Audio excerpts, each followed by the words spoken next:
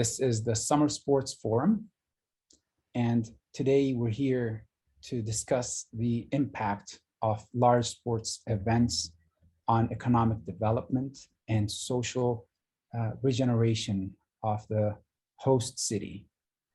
We're going to look at this from different perspectives while talking to the most, I would say, qualified, known to be leaders and proven to be experts in this field and domain to help us build a better understanding, formulate a vision, and drive a way of success through this conversation and turn dreams into reality.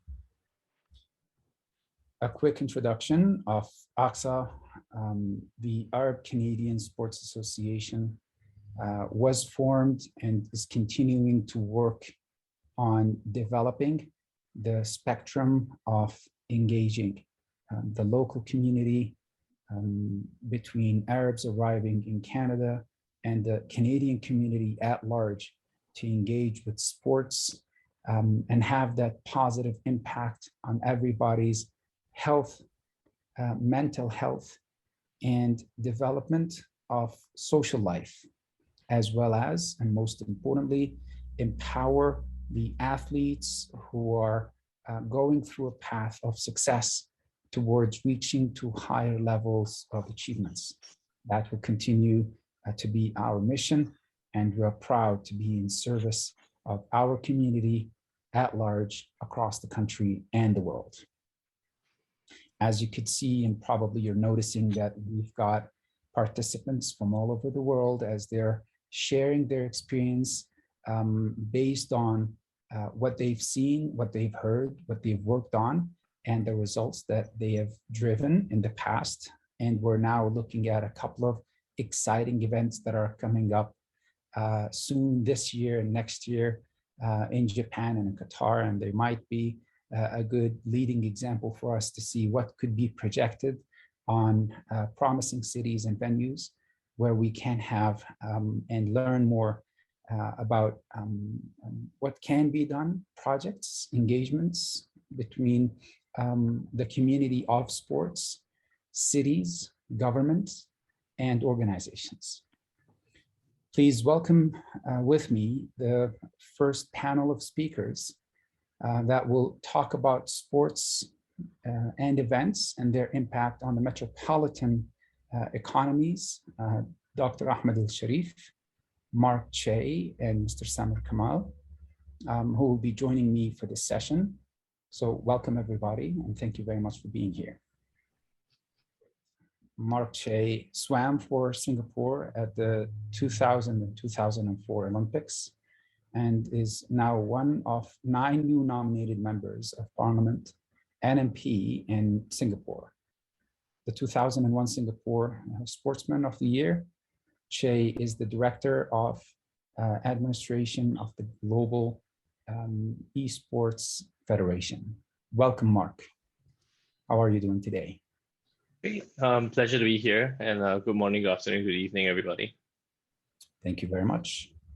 We also have Mr. Samir Kamal. He is the President of ACSA, our leader, and we are proud to have him here, a renowned Olympian, a leader in the field of Taekwondo, by far one of the highest recognized athletes in that sports, a very successful businessman, a father, a friend, and definitely an excellent community leader.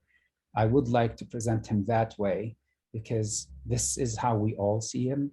Samir, thank you very much for being with us today, and we look forward to our conversation with you. My pleasure. In the name of ACSA, the Arab Canadian Sport Association, I'm welcoming everyone. I'm so happy to see Dean, the Olympian. I can see Willie Banks. I see good names there like Grandmaster Zamzami. I see Wael Kamal. I see many of the great sports leaders here. So I'm so excited for this forum. We are trying to make it very simple, very easy. But before we move on, I want to just give you a brief about the Arab Canadian Sport Association. The idea behind it, we thought that there is a lot of Arab athletes in the region that they need help and support. And also we thought that there is a lot of Arab athletes living in Canada. Also, they need support. And also we are doing a lot of programs that will service all other in the community. So we are based in Canada. We do a lot of programs. We are going to do a walk in October. We did 2 or 3 forums. We did some courses. We also donated for Palestinian in Gaza who needed help. In the COVID, we were also supporting, we volunteered. So we did a lot of things, though we started like only 9 months ago. So we did a good job start, like in 9 months establishment. We have a lot of support from athletes around the world. This what make us successful association. The other thing that it make us very successful and we are have a good potential. We have Jabbar Sport, a YouTube channel that it has millions of viewership and it has thousands of subscribers. We have another YouTube channel is Shufki. We have a lot of media platforms around us. So all of that will be announcing what we are doing, uncovering our events. So we have a big social media around us. Also, we have the city of Mississauga. We are partnering with them. They are supporting the association in a way. If all our events, if we go to them, they can support us in many ways. So this is just a short brief about our association. And if anyone have any question later on, we can answer that. Thank you very much. Really appreciate the intro there. We are proud of what we're doing with ACSA and we hope to continue with the same pace and continue to grow. And part of our growth is related to the city where we're operating right now. Mississauga continues to be a very vibrant hub for us. And as a metropolitan spot for us in Canada, we all know that stems into many impacts that a sports event can have on the city. Mark, allow me to start this with you from a perspective of an athlete who's been under the spotlight and seeing the crowds cheering and enjoying every moment of your performance. How do you see the social and emotional impact on people living in the city, and how would the city react to a certain event? Let's start that conversation. What do you think? Wow, thanks. Yeah, I think it's been about 20 years since I competed, but I think you hold those memories of competing with the crowd cheering, close to your heart. And I remember when I was in Sydney and I was in Athens, and the Olympic spirit is really strong in those countries. And when you dive in and compete, I didn't feel that people were cheering for a specific individual, a specific country, but they're cheering for great performances. And really, that was what I really enjoyed and hold close to my heart. And when Singapore, we hosted the first Youth Olympic Games in 2010, it brought a lot of good things to the spotlight. Things like the Olympic values: friendship, respect, and excellence. The whole city, the whole country actually was involved in understanding how important sports is to our country, but in our little way, how sports could be important for how Singapore could play an important part in the whole world in terms of sports. And I think that led to a few discussions on how we can really look at this industry with greater priority. Look at how there are great jobs in this industry, not only just locally but regionally and internationally, and how we can use this as that vehicle for social change. Because we all know that sports is not only just about the winners on the podiums, but also that pathway of how that person reached there. That whole idea about participation being greater than achievement, and how through sports we can encourage people, we can motivate people and inspire people to be more productive, and rarely behind an idea of a greater good beyond themselves. So I think that's how I would frame it. Thank you for that. And as you may imagine, it could actually have more than just having people around or gathering around in a certain spot and enjoy the moment. There is a scale of economy and different threads that should work all together in order for certain sports events to succeed. And those sports events also create that economy as a reaction for the demand. How would you look at that economy from each side, and what would you think should be present in order for this to be successful overall? You know, each country brings their own strengths and weaknesses, and you know, I think that the country that I'm most familiar with is actually Singapore, right? And we're looking at you know, how Singapore has positioned itself as a global hub, a transportation hub. You know, we have one of the world's busiest ports. We are connected by a great airport that is linked to anywhere in the world, and we have great efficient transportation networks. And if you hold an event, it's a safe event. But you know, we are a very sterile country. You know, you don't see us like stand up and cheering for people. You know, I think when we held the Southeast Asian Games in 2015, our foreign expatriates from Cambodia and Myanmar although they were smaller, they were cheering louder than us when we were playing soccer against them, and that was interesting to see. And I think that's, I mean, those are some of the things that you know, if you held any other event other than a sports event, your people wouldn't be able to experience. You know, I think we have small pockets of like athletes traveling overseas, competing and seeing how society interacts within those countries in relation to sports. But when we bring events to our country, you know, we then share that experience with our countrymen. And I think you know, we've had some really great events in Singapore. One of them is our F1 Grand Prix, right? Where we talk about having the first ever night race for Formula One. We do a night track, and you know, it brings a lot of attention to the region as well as our country. In terms of GDP, it contributes about $1 billion over the weekend for our economy, and it creates jobs, right? And I think you know, people have benefited in the sense that they've experienced how it's like to organize events, how to market certain events, and how to make connections with these. And I think that has transpired into other events which are similar, which are really focused on trade, like our Singapore Air Show, for example, where we're talking about 200 billion in terms of trade receipts that transpired over that two weekends that it happens.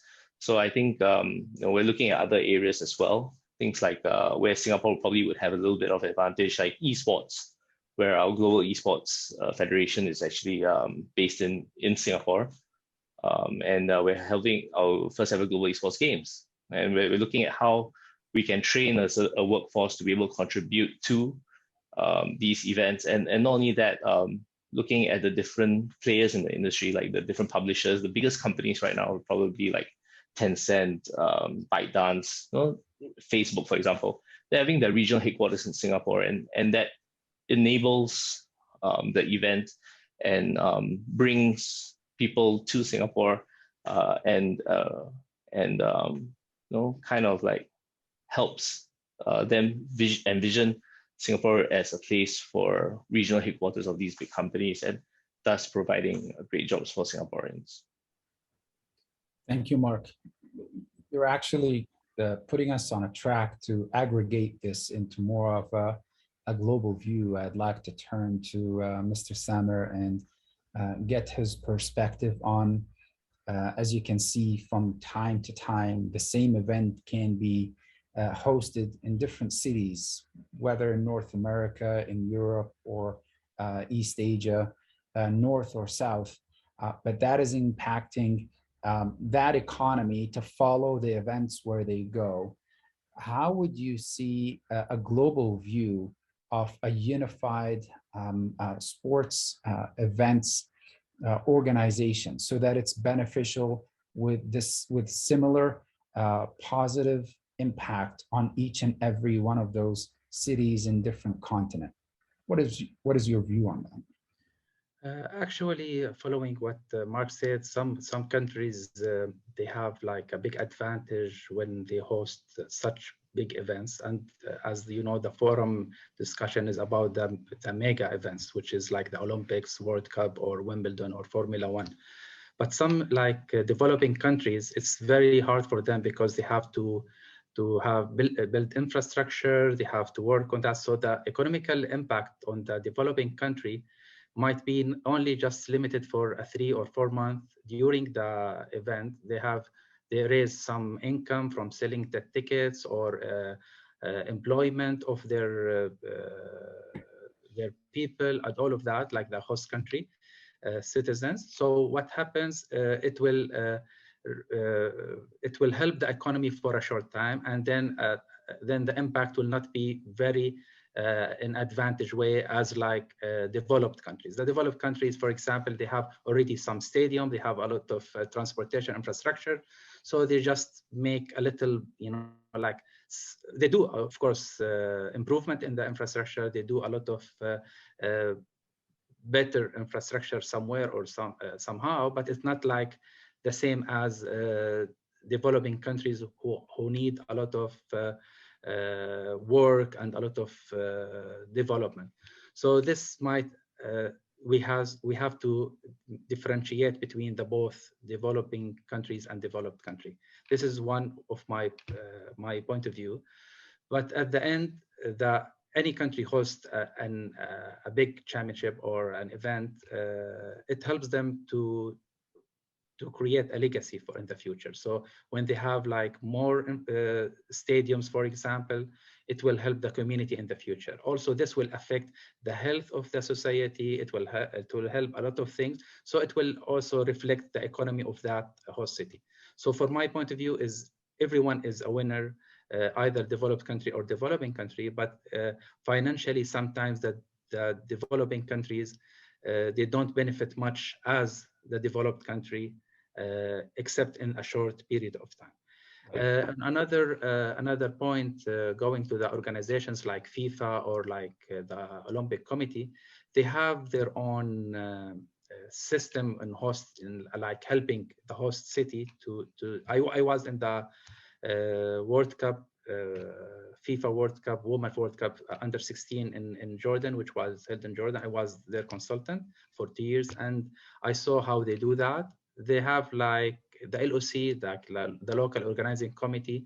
They create committees exactly, and they will coordinate with the FIFA, and FIFA provide a lot of information, a lot of consultation, a lot of support to the host city. So to make sure that the standard is meeting the championship. So the big organizations or associations, they have their own, I can call it manual, or you can call it standards, so they can advise the host city to make it in a proper way. So this is how I see it in a way of a global way of like a point of view. Thank you very much. Mark, allow me to steer this back to you, and I'm going to reference the term infrastructure, because pre-event, during the event, and post any event, there is an infrastructure required to be built for success. There is a lot of anticipation before that event commences. There is a lot of anxiety and concentration on success of the event during, and there's a legacy that any event can actually present to the history of sports, because it's already in the near past or far past, but we can all see it and enjoy it almost the same like we're seeing it now. And it becomes more of like a visitation type of a location. It's a landmark. I look at certain Olympic villages where people can enjoy. So that infrastructure we're building, we're not actually just targeting it for a couple of hours of sports or athletes competing. We're looking at a larger perspective. What is your perspective on that? How do you see that being successful when we're thinking at a global and a timeless approach to such event management to be economically viable for any city around the world? Yeah, that's a really good question. I think it's about the sustainability of any bid process as well. You know, you don't want to be building huge stadiums with 40, 50,000 people sitting there when you don't have the capacity within your country to be able to do that on a consistent basis outside the games time. So I actually see that, you know, when with a lot of the cities, the stands are a little bit are modular in the sense that when they require the big stadium stands, they're able to build that around the infrastructure. And you know, before and after the games or the tournament or event or the championships, you know, the facilities then used for the community, you know, to bring together events, to bring people together to participate and play and lead healthy lifestyles, and that is the goal. And maybe I bring you know, a reference to Singapore when we held the Youth Olympic Games, right? We're a small country. We don't have a lot of people. We can't, it doesn't make sense for us to have many, you know, large football stadiums. I don't think that was what the Youth Olympic Games was about. It was really about enabling like cities like Singapore that would never host the Olympic Games to be able to do that. And back to Samir's comment about, you know, the smaller cities and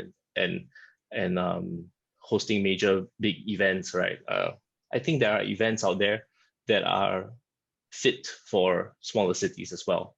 And the case in point, the Youth Olympic Games, where it's not about building big infrastructure, it's not about that, it's about creating the experience for the future champions of the Olympic movement. And you know, what we did was that we used existing community stadiums, swimming pools, we used the university hostels, for example, as the village, for example, right? And we took that opportunity to refurbish the university hostels and some of the facilities, some of our roads and infrastructure. We did some of that, and I think the total bill that came up for the Olympic Games or Youth Olympic Games was $300 million, which actually was, I mean, for a small country, for something like that, to build and rebuild, refurbish all these facilities, I think was money well spent. And today, till today, we still are using these facilities for community projects, for community events, and you know, of course, the stadium seats are all taken down, right? But they're all well utilized, and I think a key for the utilization is actually accessibility and proximity to residential areas, and that's actually something which Singapore, because of our small geographic area, was able to do, because you know, within every housing estate, you know, high density residential areas, we actually do have stadiums, and these are the stadiums that we use for the Youth Olympic Games. Thank you for that. And you're actually presenting the next topic for us here related to the infrastructure right away. Every event will require a media coverage. It will require more of a timeless engagement of different platforms to introduce a sustainable and long-lasting event that can be turned on, shared across the world all over again, and enjoyed by people, whether digitally or physically. Mr. Samir, how do you see the role of media contributing to this economic impact on any and every city that hosted or would host a successful event? The media is very important part for the success of any event. It can make it a successful one or not. So in our third session today, in the topic, they will go thoroughly about it, but I can go like a little bit about it. There is like the traditional media, like the coverage, the broadcast, and there is the social media. And now the social media is really strong and it helps a lot. And also, I want to just say something about the tourism. This sector is very important for the economy of the host city. So there is a case study about the FIFA World Cup in South Africa in 2010. It was the first time that Africa welcomed such an event. So it was really expected by the entire continent. So it was like an amazing event for them. And it was very positive. And so it was, like studies, they said that they received I guess 300,000 tourists came, 300,000 or 310,000 came to assist to the event and expensed around 400 million, according to studies from the Department of Tourism. So this, look how much they spend, how much it bring for the country, and make the city well known, and also maybe who came one time, he can come again, and this will also help in a percentage for the GDP growth of the city. So it came to my mind just to share this also for you. You're actually helping me here, connecting the dots. This is exactly where we wanted to land. In the shadow of COVID-19 and this pandemic wave across the world, it became difficult for fans to travel, to attend, or for cities to host. It's a burden. It's a huge responsibility for governments. If we connect tourism and media all together from an economic perspective only, and we will dig more on the technical matters and how media can be an enabler later on through our forum. But from an economic perspective, it'll become the vehicle of which we're going to transport virtually the event to the viewers, to the fans, as well as from the fans as a medium of their feedback and excitement and engagement, as well as their financial contribution, their economic contribution to such events. Do you see the need for specific technologies to be present in order to enable that economic impact to be visible, to be viable, to be alive?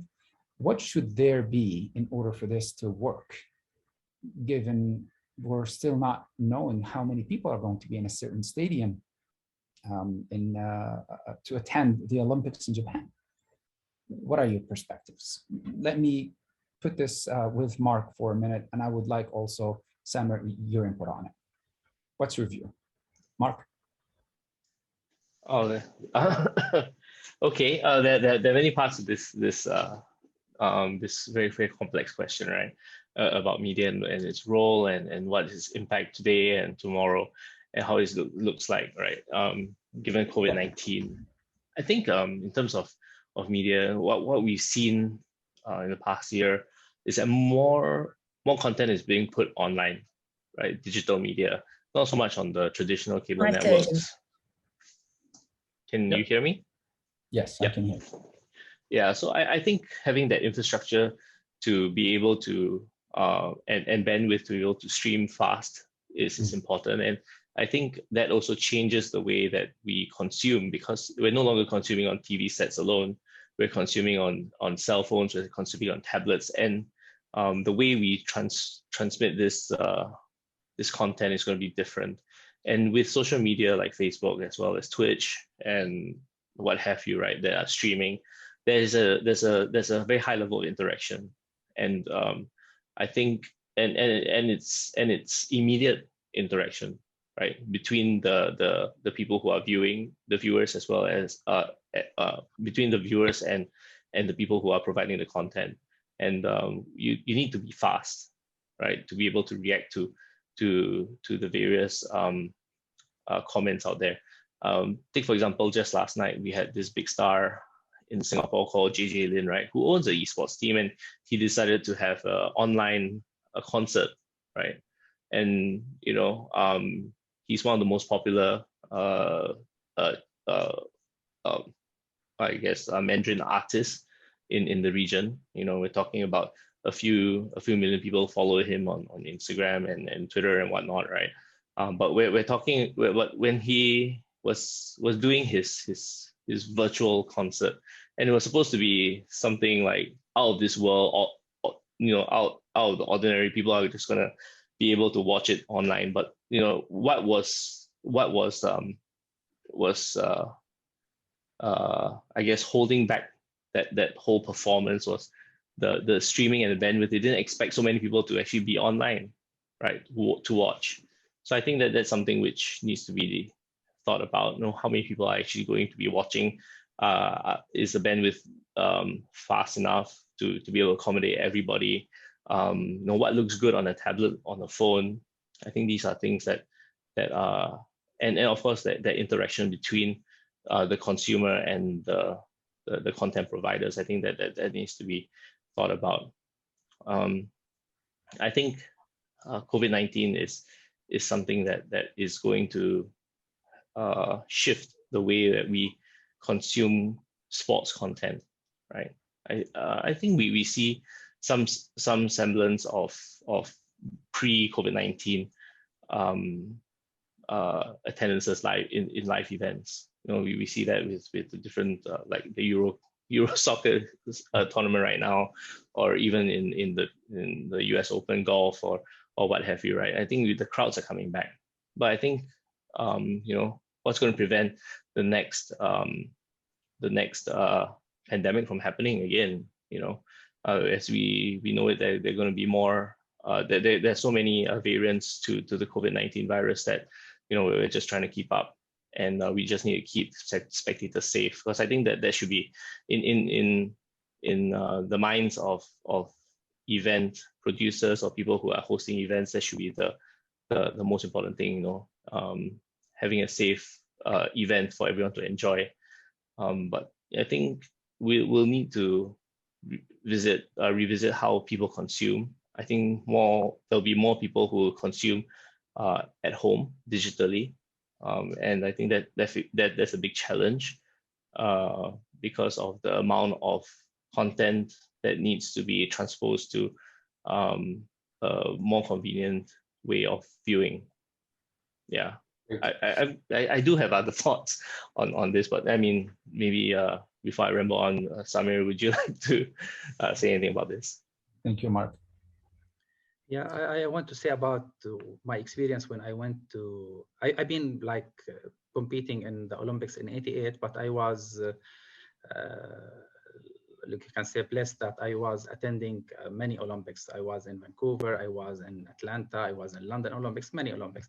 So I want to share my experience in the Atlanta Olympics. When I went there, there was the experience that the fans, they love during the Olympics, the village, as you said, or like the fan zones, or like every company, they make a big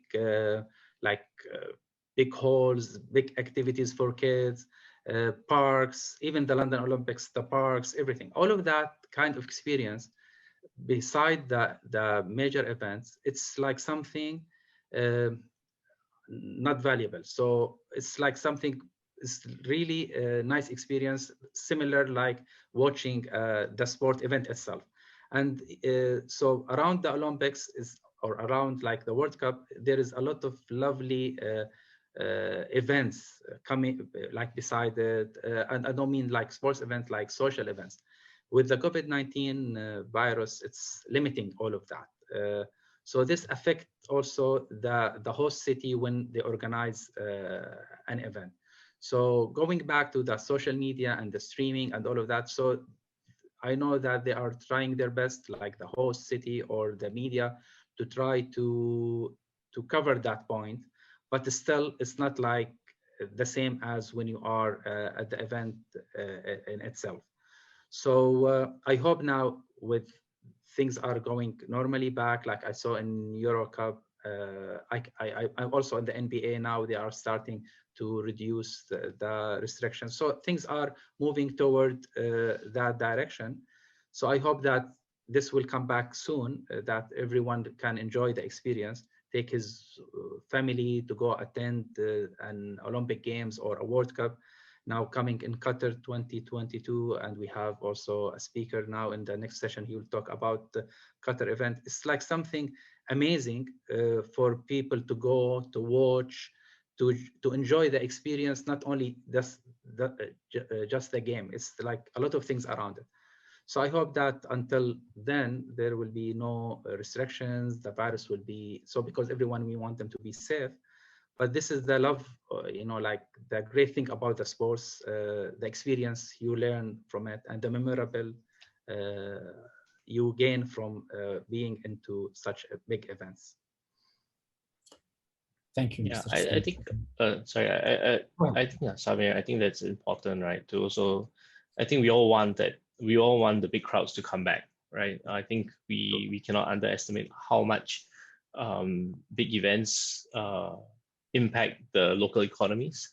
I gave the example before about the F1 Grand Prix Singapore night race, right? 1.4 billion Singapore dollars for that event every single year. And that helps the local businesses, that helps the economy, that helps people and in Singapore. But I think beyond that, I think we need to really, and if we all get vaccinated, vaccination percentages increase, people can travel, hopefully we open up and we see some of that happening, then great. But I think what if we can't, right? And what if this becomes a 3 or 4 year deal, right? Where we can't have large international events and they suddenly become local. I think that's something which sports administrators and rights holders really need to wrap their heads around, on how do they still promote their event and how do they keep people engaged as participants and viewers in their respective properties. I would like to emphasize one idea, is that we're progressing towards a new norm.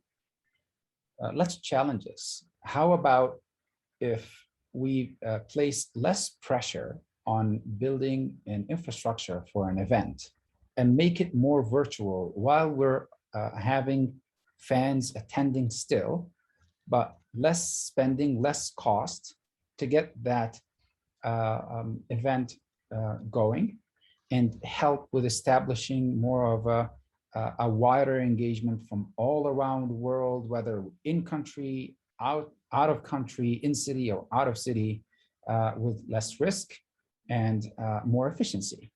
Do you think that might be an economic direction that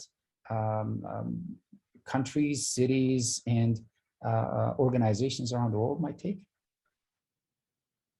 Master Samir, what do you think? With vaccination and the effort that people are doing, like putting the mask, being careful, so things are moving on the right track. I hope so. So I think the efforts that the governments are doing, they are doing a good thing about it, and the people are coping with that. So I think things are on the right direction, and you can see now the numbers is going down in some countries because they are more vaccinated, and things are positive, I think. I don't know. Mark, any perspective on that? Yeah, I think if the vaccination rates go up and people are able to travel, great. But I do like the idea that you're challenging the norm. What if we don't get back to normal anytime soon? I think that events, they do have an inherent fixed cost. We're talking about, we can't compete virtually, even when we talk about esports, right? We're talking about latency. Someone in Africa can't compete with someone in Asia because of the latency. Even when you talk about traditional sports or physical sports like swimming or Taekwondo or what have you, or even soccer, you can't do it virtually, right?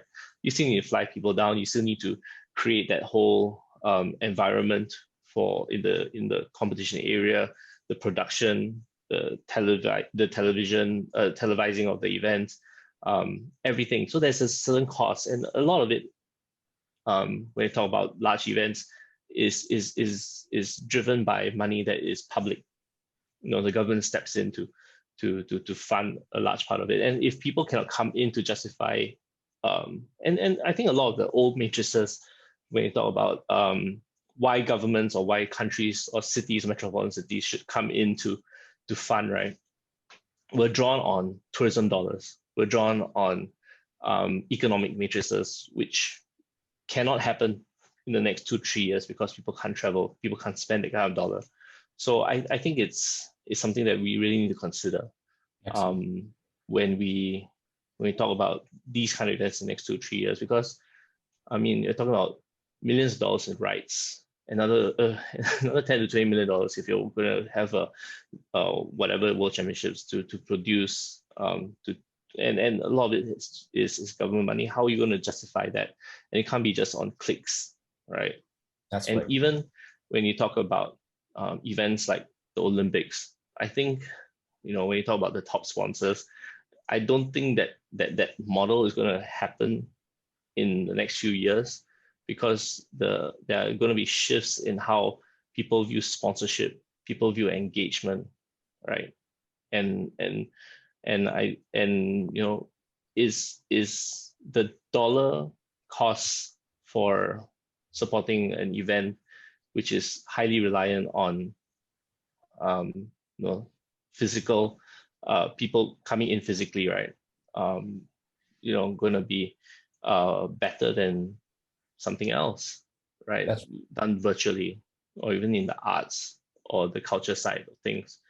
So I think that is something which we were going to struggle with, and sports is going to struggle with, because as we become more digital, we compete with other forms of media, other forms of entertainment, and I think that's something that we need to think about as people in the sports industry. The last session of our forum, I would like to open it for questions and answers from our audience, and please feel free to ask any questions if you have. Is there anyone who's interested in asking our panel a question?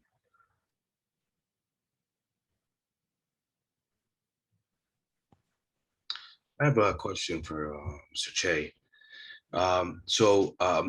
We know that you were elected as one of 9 participants in Parliament. How much of the diversity, I guess, in the sports that you support, whether it's, I know you design curriculums for things like kickboxing and other sports. So when it comes to mixing and matching between the politics of running a nation and then the politics of going so deep and zooming in, so you're zooming out, running the whole country, and then you're going into specifics like creating curriculums, how does that affect your day-to-day? How are you able to manage, and how are you able to kind of juggle between the two very, very broad or a different part of the spectrum? Great, thanks for the question. So in Singapore, our political system is quite interesting, right? Because we generally have one party, right, the People's Action Party, and they're elected in, and we probably have another 10% of the house that are opposition. So traditionally, historically, we didn't have a lot of differing voices. Therefore, the nominated member of parliament scheme was brought in to add more alternate voices in parliament instead of just that one political party that's been around since 1965. But it has changed somewhat, because right now we're focused on industries. So I'm focused on sports and fitness industry, but I also focus on education, which is what I was doing. You're right. I designed the curriculum for World Kickboxing, as well as some of our local national federations, and that was basically what I did in the past, right? So I started the International Sports Academy, which is now called the International Sports and Management College, and I basically sold it before I took this on, because really when you talk in Parliament, you want to speak without fear or favor, right? So I'm deconflicted in that way, but I think in my other roles, I coach as well. She's a Yiping Siu. She's a Paralympian. She's at Tokyo. She's a returning Paralympic champion. She's a world record holder. So I coach, and then I'm also part of the Global Esports Federation. And what I do is the director of the secretariat. So I handle the finance, legal, and procedure side of things, mainly back of house, the boring stuff, right?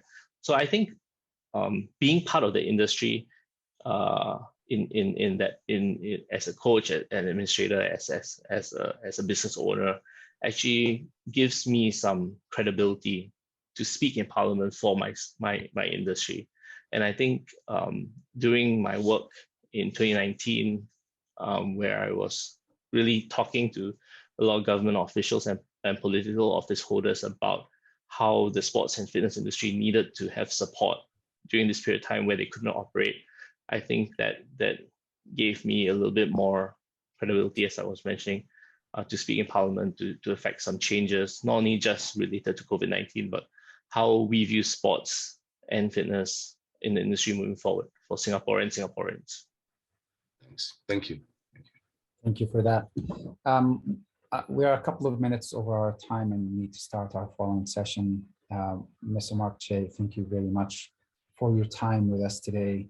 Mr. Samir Kamal, thank you very much for the enriching conversation we've had with you and Mark. Please have a wonderful day, and thanks everyone for attending. We'll move on to the next session now. Wonderful. Thank you, everybody.